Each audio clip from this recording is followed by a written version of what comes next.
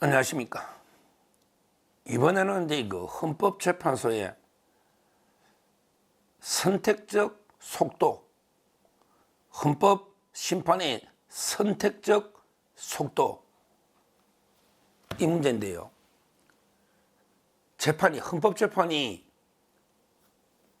다하게 그 절차에 따라 신속하게 심리가 돼야 되는데, 어떤 경우는 말도 안 되게 졸속으로 빨리 하고, 어떤 경우는 너무나 간단하고 먼저 접수가 됐는데 전혀 안 하고 미루버리는 이런 게 고의적인 선택적 심리 속도, 이거는 그 헌재를 망가뜨리는, 국민들이 헌법재판소의 신뢰를 완전히 무너뜨리는 이런 행위가 되는 걸 경고하면서, 대표적으로 헌재 선택적 속도의 대표적인 문제로 바로 이제 마흔역 임명, 이 문제를 다시 한번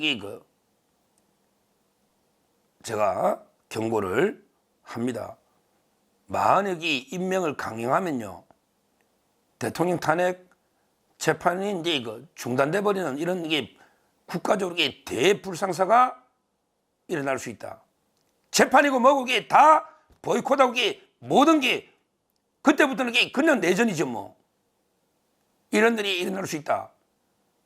엄청난 재판 보이콧까지 일어날 수 있다. 이런 엄중한 경고를 합니다. 만약에부터 임명한다.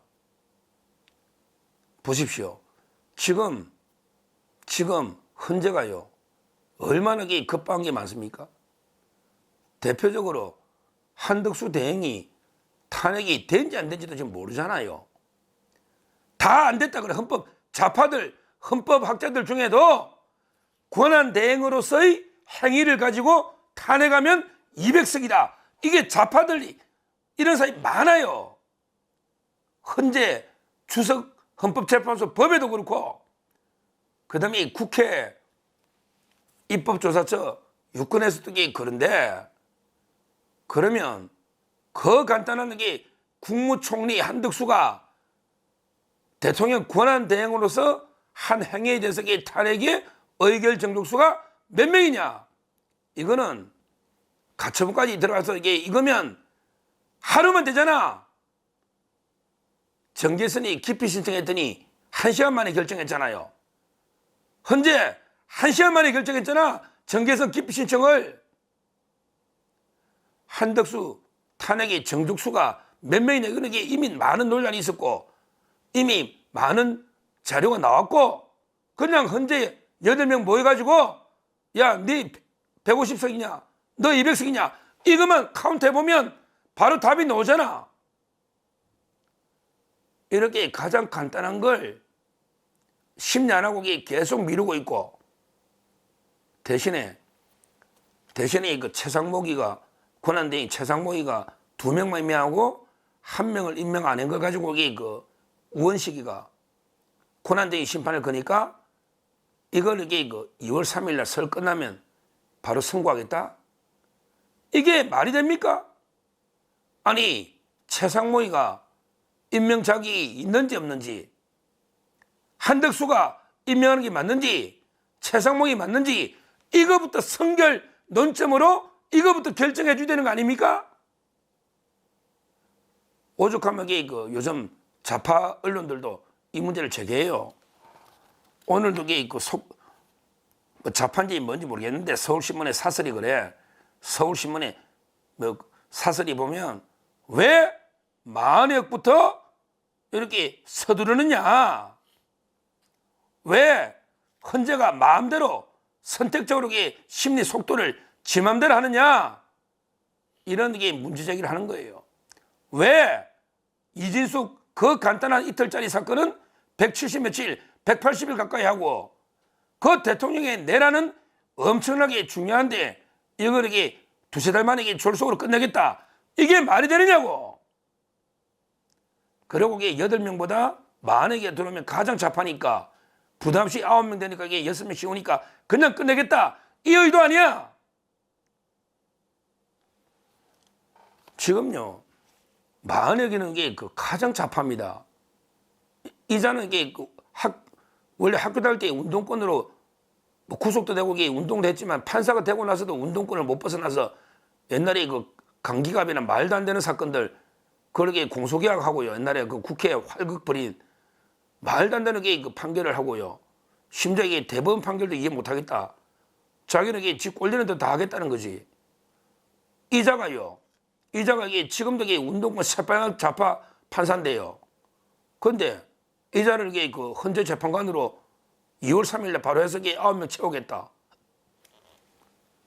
그러면요. 그러면 이게 그 최상목이가 만약에 굴복하면 물론 최상목이가 버틸지 안 되지. 근데 최상목이가 언제 뭐 강단이 있나요? 원칙이 있나요? 소신이 있나요? 근데 이게 최상목이 야 임명해. 너 안 하면 너도 탄핵이야. 이러면 이게 그냥 깨갱하면서 임명하겠지. 그러면 이게 그 다음부터 헌법재판은 저는 할 필요 없다 봅니다. 이거는 제 개인 견해예요. 저에게 대통령 뭐 변호인단이나 대통령이 상의한 건 아니에요. 뭐 상의할 수도 없고 이거는 이게 순수한 제 개인 생각인데 만약에 그런 식으로 무리하게 만약에 임명하면요. 저는 재판에게 전면 보이콧하고 투쟁으로 이게 나가야 된다 봐요. 보십시오. 대통령이 그렇게 나가서 얼마나 논리적으로 이게 팩트에 따라 진짜게 진실 팩트에 따라 설명했잖아요. 김용현 할 때도. 그런데서 이게 재판관이 이 새빨간 좌파 재판관이 그걸 귀담아 듣고 판사 따라 양심에 따라 판결하겠냐고.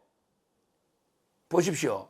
이진숙 방통위원장 아무 잘못도 없는데 탄핵해야 된다는 사람이 4명이야. 문영배, 이미선, 정계선, 정정미 4명이야. 아무 잘못도 없는. 자, 그러면 이게 대통령이 일단 개헌까지 하고 이게 됐으니 이 4명 중에 누가 탄핵 반대하겠냐고. 맞잖아요. 거기에 그 만약에 40회까지 들어오면 5표잖아요. 5명이잖아요. 그러면 이게 어떻게 돼요?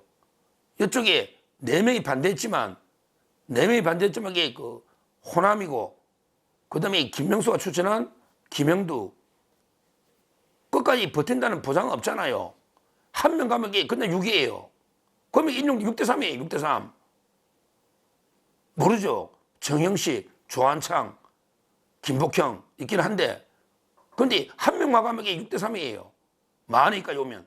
근데 그 만회까지 오면 이게 5명은 재판할 필요 없잖아요. 대통령이 뭐라고 정권을 내고 뭐라고 설명해도 야 근데 귀 닫고 눈 감고 야 우리는 무조건 100% 일단 결론 내놨어. 윤석열 탄핵이야. 이거 아닙니까? 이게 무슨 재판이냐고. 미리 우리 전 국민이 재판관이 어떤 판결을 할지 다 아는데 그 5놈이 어떻게 판결할지 안 봐도 다 아는데 재판 말려 하느냐고. 그럼 한 명 보고 재판합니까? 아니면 그 4명 남은 사람이 어떻게 할지 그거 보고 이게 재판합니까? 재판할 이유가 뭐냐고. 이진수까지 4명이 찬성인데 그게 40여기가 어디 갈지는 게 물어볼 필요가 뭐냐고. 지나가는 게 걔도 다 알지. 우리 삼국지에 뭐 사마사, 사마손 오잖아요. 그 아버지가 사마의, 사마중달. 그게 사마의거든요. 그 다음에 그 아들이 사마소, 사마사, 사마소고. 그 다음에 사마소가 왕이 되면서 그 아들 사마염 초대 황제가 되잖아. 위진남북조 할 때 그 진나라 사마염. 근데 그 아버지가 사마소거든요. 근데 이런 속담이 있잖아. 사마소가 왕이 되겠다는 그 욕심이 있다는 거는 지나가는 모든 사람들이 다 안다. 이 유명한 삼국지의 속담 아닙니까? 우리 국민 전체가 문영배, 이미선, 정계선, 그 다음에 정정미 거기에 만회기가 찬성할지 반대할지 지나가는 모든 국민이 만회기가 되면 어떻게 되는지 다 아는데 이런 자가 재판관이 되어 들어오면 되겠습니까? 되겠습니까? 제가 실제 저하고 아주 절친인 부장판사가 있는데요. 자기도 헌재 재판관 지원하고 헌재 재판관이 원래 이제 그 여당 1명, 야당 1명 되면 이 친구가 제일 유력했다는 거예요. 자기는 민주당이나 아는 사람이 많더라고요. 민주당에도 아는 사람이 많고 어느 오케이 돼 있대. 국민의힘도 좀 알고요. 그러니까 이게 여야 합의를 하면 이 친구가 제일 유력했던 거예요. 근데 이걸 여기 관례를 깨고 민주당이 어거지로 2명 한다고 우기가지고요. 그때 아직 마흔억에 대해서 합의된 게 없대요. 그냥 나중에 뭐 의장을 하나게 협조해주면 한 명 정도의 이대리다. 요 정도가 됐지 마흔억에 대해서 동의한 적은 없다는 거예요. 그건 추경호 원내대표하고 박찬대를 정인으로 세우라고. 그래서 최상목 권한대행이 변론 재개를 신청했잖아. 2월 3일에 선고한다니까 지금 선고하면 안 된다. 심리를 왜 한 번에 끝내냐. 아니 추경호 원내대표하고 박찬대를 정인으로 불러라 말이야. 헌재. 그리고 이게 진짜 합의가 어떻게 있었는지 마흔억을 임명하기로 합의된 적이 없대. 없다는 거야. 그것도 심리 안 하고 2월 3일에 판결한다고? 물어봐야 될 거 아니야. 헌재가 어떻게 알아? 합의된지 안 된지. 정인 하나 불러봤냐고. 첫 기회에 끝냈잖아. 제 말은 헌재가 만약에 뭐 여야 합의가 있었기 때문에 마흔억을 임명해야 된다. 이런 게 말도 안 되는 이게 2월 3일 날 결론이 나오면 여기서부터 그 다음부터는 헌재 재판은 우리가 할 필요 없다. 저는 그래 봅니다. 옛날에 박근혜 대통령이 구속기간이 6개월이었잖아요. 그런데 말도 안 되는 이미 심리 끝난 롯데그룹의 뭐 신동빈한테 돈 받은 이걸 다시 뭐 이유 삼아서 또 이게 6개월 연장하자. 그때부터 박근혜 대통령이 재판을 전면 보이콧했지 않습니까? 그건 유영한 변호사가 잘 알 거야. 잘 알 거라고. 저는 말도 안 되게 2월 3일 날 심리 하나 안 하고 추경호 원내대표 불러보자고. 그냥 이게 무조건 마흔억을 임명해라. 이런 게 판결이 나온다면 그 다음부터 이게 재판을 볼 필요 없는 거 아닙니까? 지금도 이게 그런데 마흔억까지 오가 그러면 이게 확실하게 안 봐도 비디오의 사람이 5명인데 거기에 만약에 2월 3일 선고에 뭐 몇 대 몇이다. 거기에 또 여러 명이 그리 붙었다. 마흔억이 임명해야 된다는 쪽으로. 그러면 이게 헌법재판 받아볼 필요 없잖아. 굳이 받아가지고 뭐 이게 탄핵 인용돼 가서 거기에 괜히 우리가 헌재 덜러리만 써주고 이렇게 정당성만 인정해 주는 거 아닙니까? 그때부터는 아예 변호인도 가지 마라 말이야. 옛날 박근혜 대통령 때는 변호인만 가고 대통령이 안 갔잖아. 근데 그거는 재판을 인정하는 거야. 저는 마흔여기를 2월 3일 날 말도 안 되게 임명하면 그때부터는 대통령 측이 아예 재판을 전면 보이콧. 그냥 국회 정청래 팀 네 혼자 해라 그냥. 우리는 이게 그럼 네 혼자 파면하든 말든 네 혼자 해라 그냥. 선고 먼저 하든지 전면 보이콧한다 봐요. 왜? 그건 명백하게 탄핵 인용 덜러리 쓰는 거거든요. 그 덜러리 써주고 그게 정당성 해줄 필요 뭐 있어요? 전면 투쟁으로 국민 저항권으로 가는 거지 뭐. 저 오죽 이런 말 오죽하면 이런 말 하겠어요. 저도 법조인이 왜? 말이 안 되잖아. 한덕수 건은 심리도 안 해주고 최상목이가 권한이 있는지 없는지도 모르는데 아무 정인도 안 부르고 추경호나 박찬대나 그냥 이게 합의 있으니까 한 명 임명해라 이렇게 판결하면 이 판결에 누가 승복하겠냐고. 이거는 이게 중도 좌파 쪽에도 이게 인정 안 할 겁니다. 이 언론이 그래요. 저는 헌재가 이 순간을 하는 순간부터 이 판결하는 순간부터 이게 헌재를 전혀 인정하거나 존중할 필요 없이 전면 보이콧으로 헌재에 우리가 이게 그 재판에 응할 이유가 없고 그럼 이게 당연히 재판에 승복할 이유도 없다. 이유도 없다. 그렇잖아요. 이거는 정말 이게 국가적으로 엄청난 진짜 우리 적법 절차에 따라서 이 위기를 수습할 수 있느냐 아니면 이게 완전히 나라가 두 쪽으로 나서 전면전으로 들어가느냐 이 중요한 갈림길이단 말이야.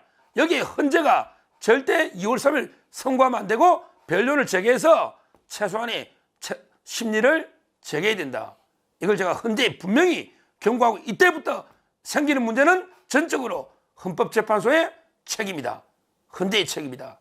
이렇게 엄중하게 경고를 합니다. 감사합니다.